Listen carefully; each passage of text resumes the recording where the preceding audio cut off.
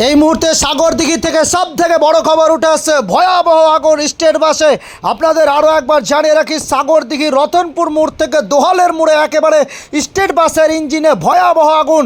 জানা যাচ্ছে স্টেট বাসটি বহরমপুর থেকে জঙ্গিপুরের দিকে যাচ্ছিল, তখনই হঠাৎ ইঞ্জিনে আগুন লেগে যায়। দাউ দাউ করে আগুন জ্বলতে থাকে। স্থানীয় বাসিন্দাদের সহযোগিতায় তড়িঘড়ি যাত্রীদের বাস থেকে নামানো, নিরাপত্তা দ্রুত সরিয়ে আনা হয়েছে।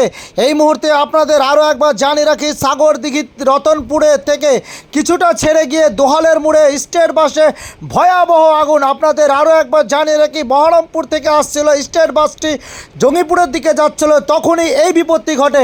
জানা যায় ইঞ্জিনে আগুন লাগার ফলে দাউ দাউ করে জ্বলতে থাকে। ভয়াবহ আগুন সাগরদিঘিতে স্টেট বাসে।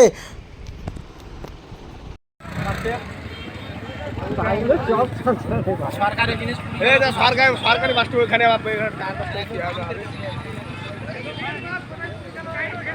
পুড়িয়ে গেল গোটা। গাড়িটা সামনে টানতে বলে দাদা